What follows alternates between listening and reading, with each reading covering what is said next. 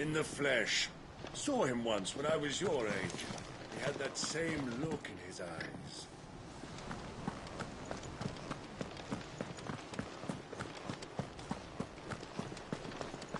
We'll keep them from the... May the blessing of the Phoenix go with you.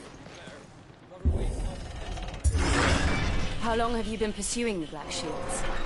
Since they burned their first village. We tracked down the bastards responsible and fed their corpses to Stillwind. Suffice to say, that got their attention. It's been a game of cat and mouse ever since. Ready, go?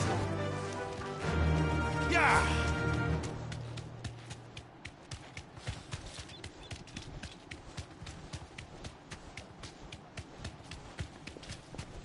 Look at me sideways. Come along now. We'll find another bridge. The bastard. There they are. On your command, my lord.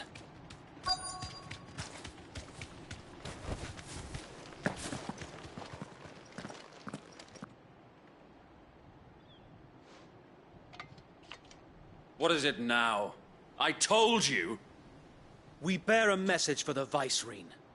From the Guardians of the Flame. Ha! You presume to tell us that a pair of filthy vagabonds, a woman and a dog, could guard aught against the might of the Black Shields? Then come! Die along with your flame! For Azaria! For Azaria! Your petty revolution ends here. On these our swords we swear.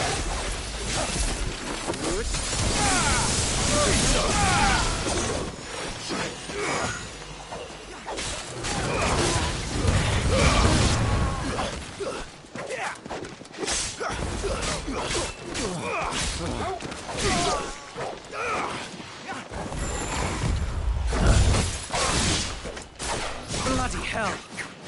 Reinforcements from the far bank! Another wyvern to fight their battle for them.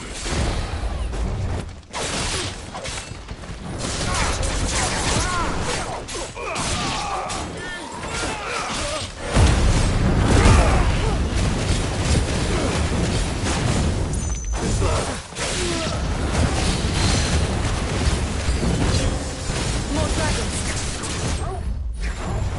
Worms. The Imperials aren't taking any chances. I can't say I'm flattered.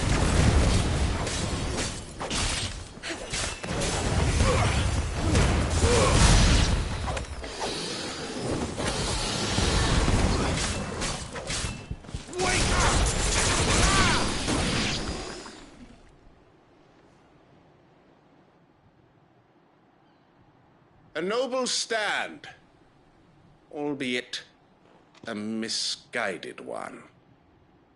In taking it, you have but proven our point, that this land is in dire need of cleansing.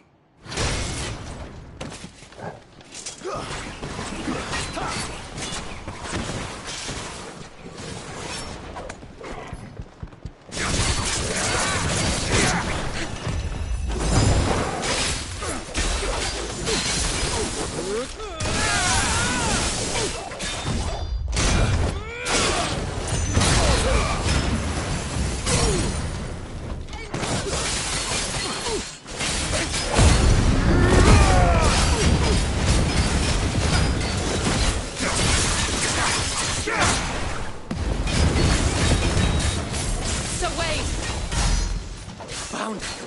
There's no one left to keep them occupied. We need to finish this.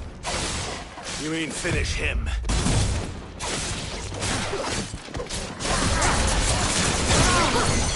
Nice try.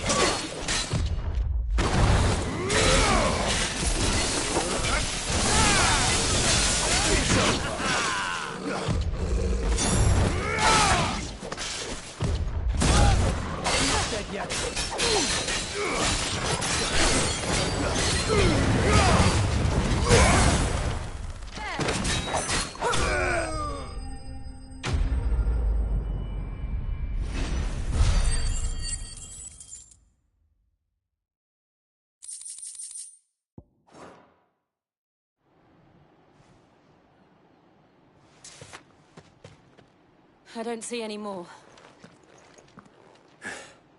Nor do I. The plan worked. It did. It bloody worked.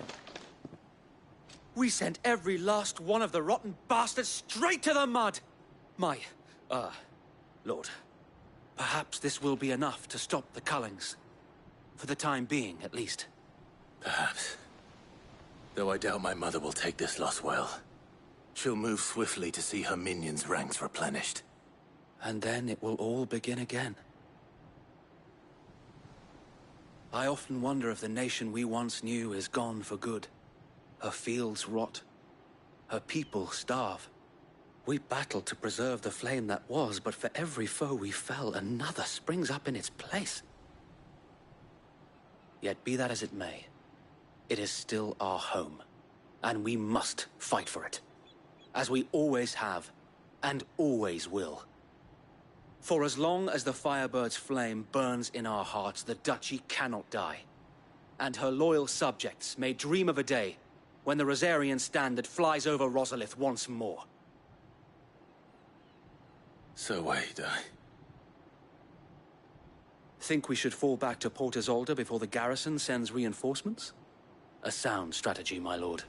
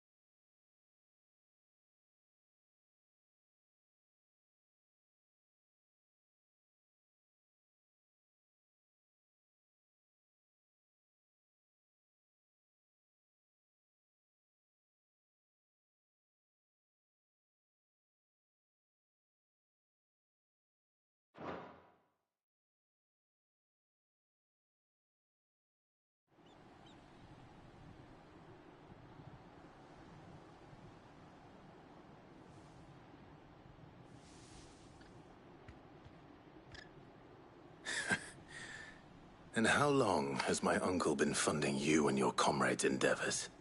Since the beginning. Lord Byron was the first person I turned to after forming the Guardians. And had I known of this tunnel back then, I wouldn't almost have been hanged by the city guard for trying to sneak over the wall. I suppose a formal request for an audience would have appeared suspicious. And appearances must be maintained. Were the Vice-Regency to catch wind of Lord Byron's involvement in our movement, they'd seize his estate and send him to the gallows, where he would be of no use to anyone. And so, though it sickens him to the soul, he plays the part of the loyal lord, knowing that one wrong move might prove his downfall. It is why he remains ever vigilant. Don't be surprised if he refuses you an audience, especially since you're famously dead.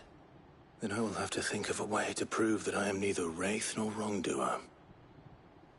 I might have something which could help with the latter. It's the mark of the Guardians. Display it, and those who love Rosaria will know where your loyalties lie.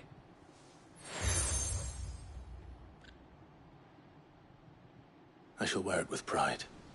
Be sure that you do. I don't want my men attacking you again. Unless you deserve it. If only Sir Tyler could have been here to see you. Or the Lord Commander. Thank you, Sir Wade. If there is ever anything you need. I know. Go on now, my lord.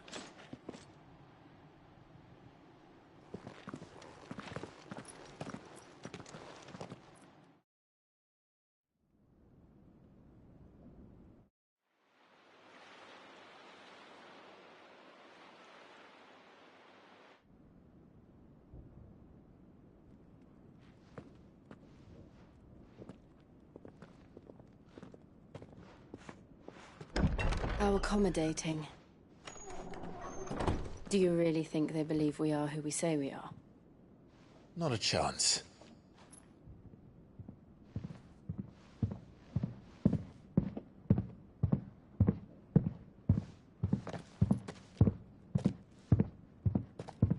Right, I guess. My uncle believes we're imposters here to rob him. And means to string us up himself.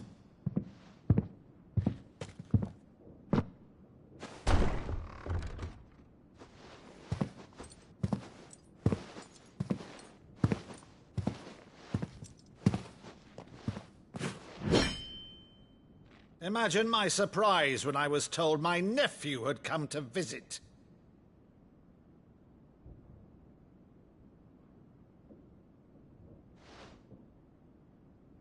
Clive Rosfield died long ago. And for uttering his name here, you shall pay with your tongue!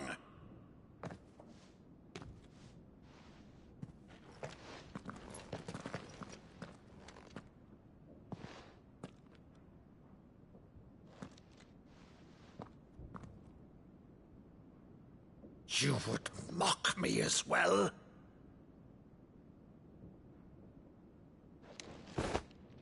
It is I, Sir Crandall of Camelot, loyal servant to Her Serene Holiness, Saint Sybil the Unshod. Meadow, thou vile sorcerer, for thy crimes against church and crown, I shall have thy head.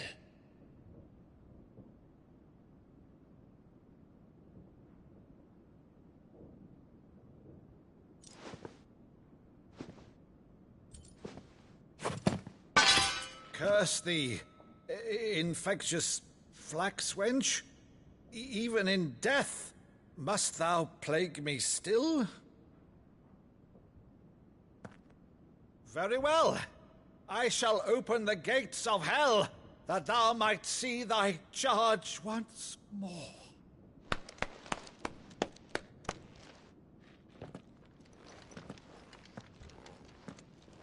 Bravo, Uncle. You're still the finest Meadow in the twins. Oh, Clive, my dear boy, it's really you.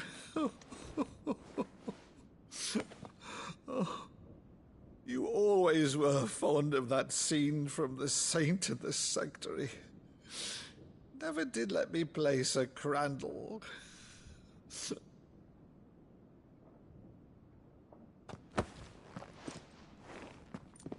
I have a favor to ask, Uncle Byron. Rutherford, inform the kitchens. There'll be guests. We dine immediately. But, Uncle... You can't very well regale me with the tale of your miraculous preservation on an empty stomach. Go on, sit.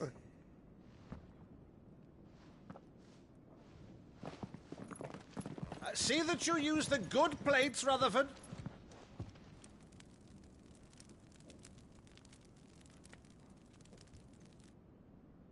So you arrived late to one of her cullings, did you? Since becoming Vicereine, Annabella has been a constant thorn in Rosaria's side, but these atrocities are a new low. Something has changed. Quite what, I don't know, but the woman we knew is gone, and a monster sits in her place. A monster. For better or worse, I've been charged with governing this town, and thus must maintain the illusion of obedience. That's all I can do to aid Wade and his merry band of revolutionaries. So he's told us. You have risked much for Rosaria. Our nation will be forever in your debt.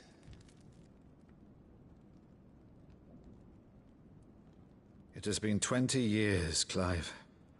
The nation your father and your forefathers fought to defend is no more. Perhaps it would be otherwise had I the courage of my brother.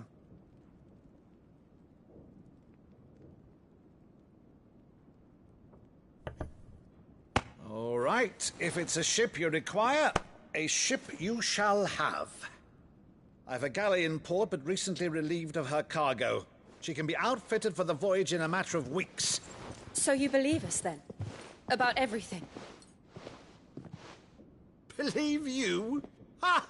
Only a fool would believe even half of the things you claim. But until tonight, only a fool would have believed my nephew still lived. And besides, I have it on good authority that Clive is telling the truth. Whose authority? By your own, of course. You've always been a terrible liar. Is that true? It's not untrue. I'd say no more about it, eh? It wouldn't do to linger on my nephew's greatest failing.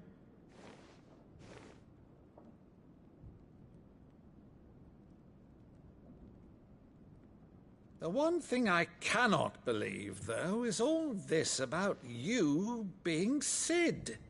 You were always such a good boy, but now you're quite the outlaw. Which, if I'm not mistaken, would make me an outlaw's uncle. Right then, who shall we pillage first? Rutherford, fetch me my cutlass. This will be fun.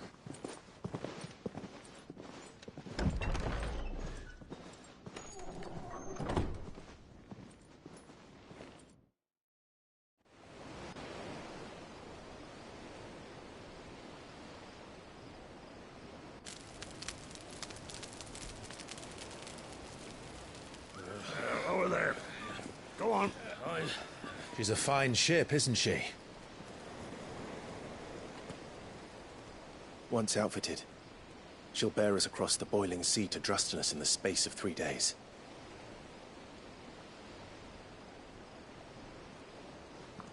Something on your mind?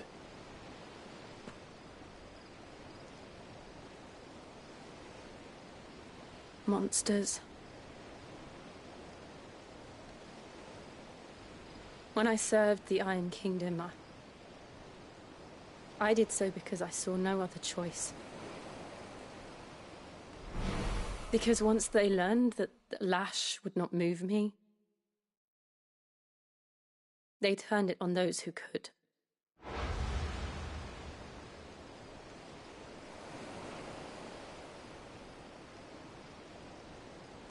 And so I became their puppet.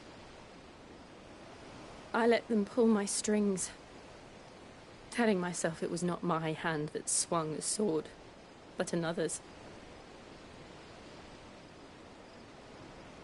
I removed myself from the truth so I wouldn't feel the pain it caused.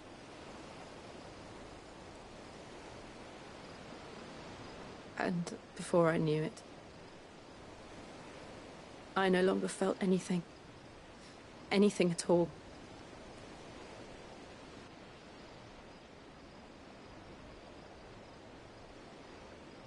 I had become a monster.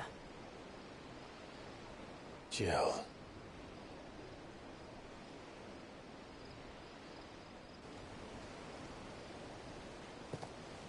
I don't want to be a monster, Clive. Do you understand? I want to choose a different path, a better path. To live on my own terms. But before I can do that, I need to come to terms with my past.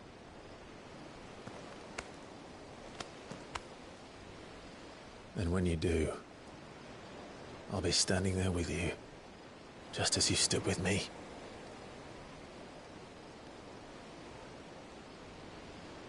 Thank you, Clive.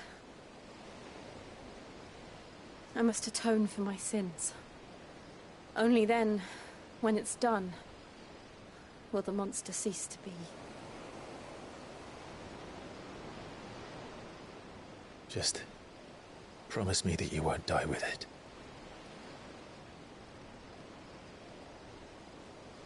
Now, let's get some sleep. The journey back to Benamir is long, and there is much to tell the others.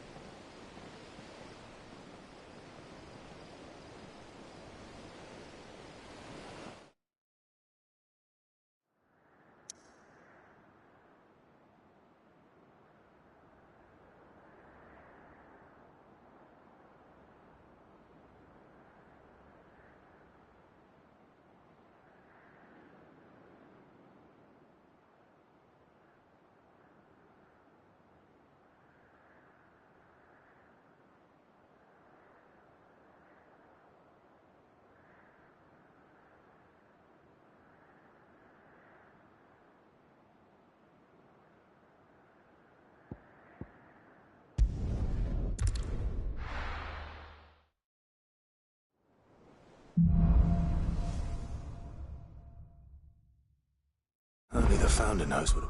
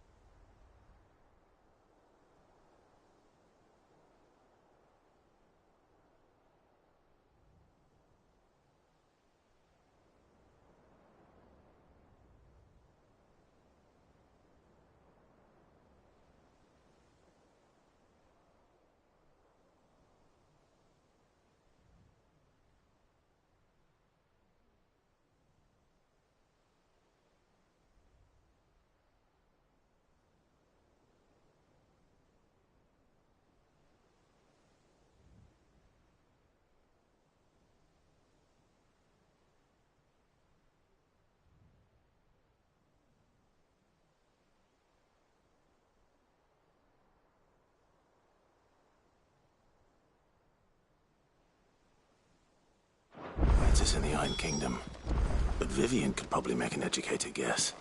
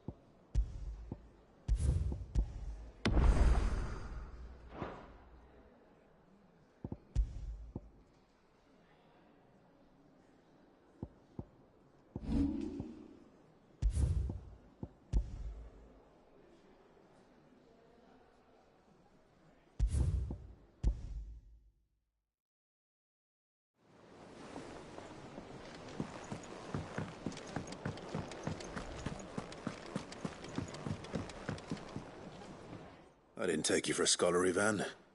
Oh, this? Well, it's Valisthea, a culinary pilgrimage. I borrowed it from old tomes. Seems there's no creature in the realm so foul it can't be cooked up into something delicious. Think I'll stick to the unfoul ones, thanks. Oh, where's your sense of adventure, Sid? Honestly, one glance at these recipes, and even you would trade in your sword for a butcher's cleaver. From spit roasts to sweetmeats, this book has them all. What I wouldn't give to bring these recipes to life. If it's my blessing you're hoping for, then by all means. Well, I'm no hunter, Sid. The first ton of worm I came across would be the death of me. But you're made of sterner stuff. Would you help me resurrect one of these recipes?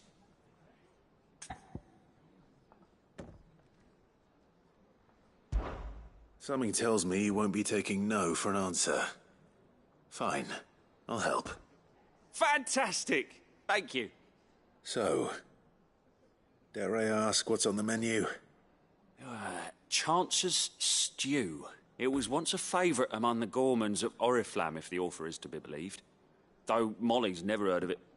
The only problem is that while the recipe is extremely detailed in most respects, it's infuriatingly cryptic as to the main ingredient. A beast, no doubt. Most likely something that would make easy work of a simple cook with more broth than brawn, but unwanted violets. I've no idea what they might be. Does the book say anything else? Well, only that the sweetest violets sprout atop the bed of roses. Roses. Rosaria, perhaps? One of the butchers in Martha's Rest might know something. I'll ask next time I'm there.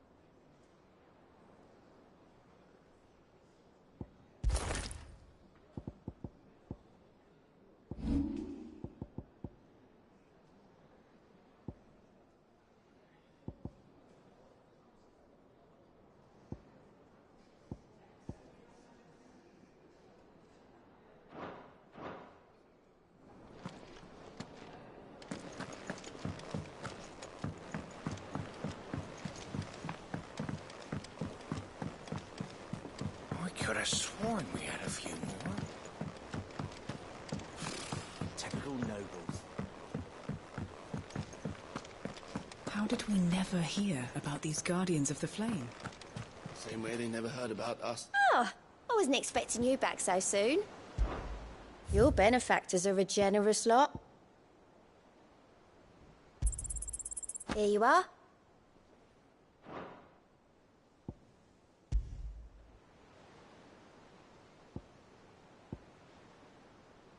Come again.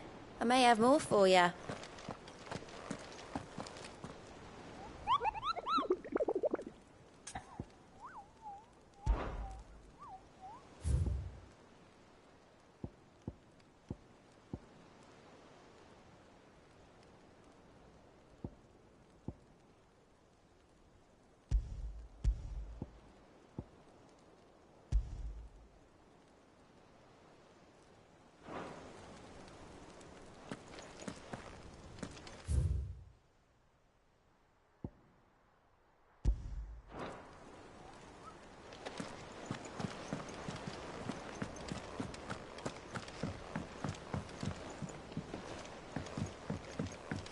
There are new billets being posted every day. Clive! Oh, am I glad to see you? Is something wrong? Well, it's Blackthorn. He ain't himself. And if I'm honest, he ain't been for a while. That normally it only takes a couple of drinks to perk him back up, but not this time. Something's getting him down. And whatever it is, he ain't telling. It's like he's lost his spark, you know? He's barely got enough fire in his belly to get the ump about stuff. But I'm thinking he might if we both bent his ear, 'cause he respects you, innit? So, what do you say? Fine. If you think it will help. I knew you'd understand. But if he doesn't want to talk, we let him be. He'll open up when he's ready. All right. Now, he'll only smell a rat if we both turn up at once. So, I'll go first, and you can meet us at the forge. Wait a bit, then head over when you're ready.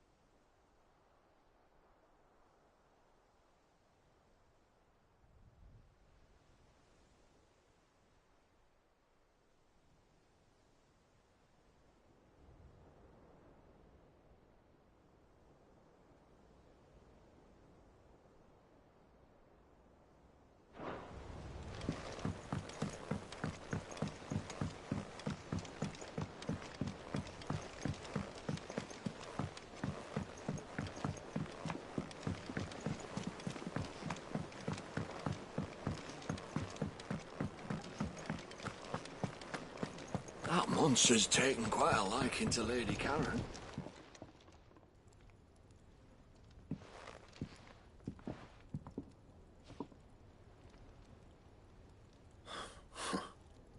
First August, and now you. What are you pair up to? What's it got to do with me? August was worried that something had been weighing on your mind. I thought you might want to talk about it. Did you now? I told you not to stick your nose in my business. What'd you go and do? Clive just wants to help, innit? What's so bad about that? Talk to him. You never know, you might feel better for getting it all out in the open. Please, mate. I'm worried about you. Phil shut you up. It's nothing, really. Stupid. Not the sort of thing you bother people about. Why don't you tell us all the same?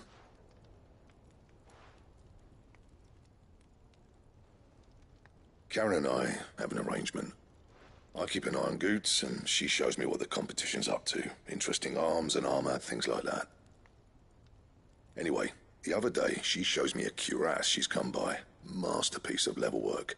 Light, supple, and tougher than it had any right to be. Made my stuff look like every clumsy shit. I should have brought the bastard thing there and then just to study it, but I was too proud. Now, every time I reach for my hammer, I'm reminded that I'm not the craftsman I thought I was. There. You happy? You got what you came for. Now piss off. All right. We're going.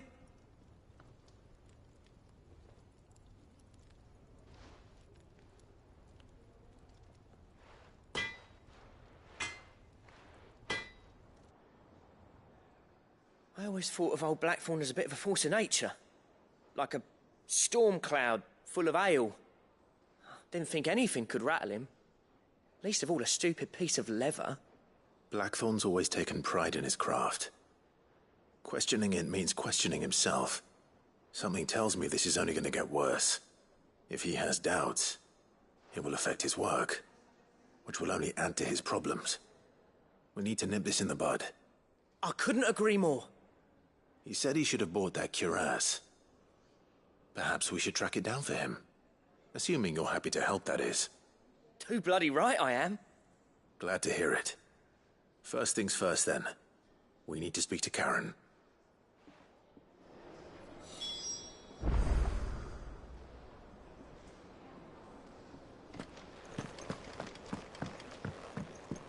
Deadlands wouldn't be half as bad without all the bloody dust.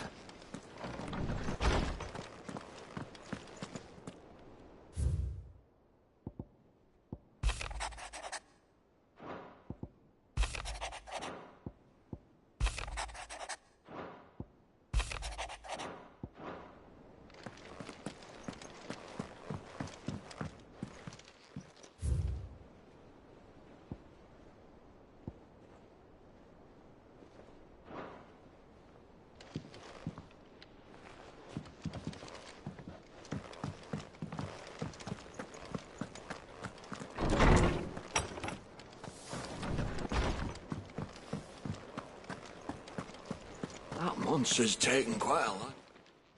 Karen, do you have a moment? Blackthorn mentioned that you'd recently come by a leather cuirass. An exquisite example of the craft, from what he told us. And he ain't been himself since he saw it. So we thought we'd buy it for him. Sorry, sold it already. Didn't think Blackthorn cared for it the way he turned his nose up. But it were nicely put together, that's for certain. Even if the bloke who made it is a bit of an odd one. Happened across him on my travels. Makes all his stuff to order, but the fella who commissioned it refused to pay. He didn't like the colour of summit. So I took it off his hands for a fair price. You don't know where we might find him, do you? Like I said, he's a bit of an odd one. Doesn't even have a workshop. He don't trust hunters neither, which means he spends as much time out tracking beasties as he does working their hides. I see. He did tell me something, though. Apparently, his next commission's for a set of griffin hide greaves. Here, there's a griffin on the hunt board. The curse breakers were placing bets on who'd bag it. Now, where the bleeding hell was it sighted? Somewhere in Sambrec, maybe... Cairn Northern, that was it. Thank you, Karen. We'd be lost without you. At least you admit it. So, it sounds like going after that griffin might be the best chance we have of finding our roaming leatherworker. I'll leave the hunting to you if you don't mind. While you get on with that, I'll ask around the markets. See if I can't sniff out who he is and where he's hiding. Good idea. Hopefully one of us will be able to track him down.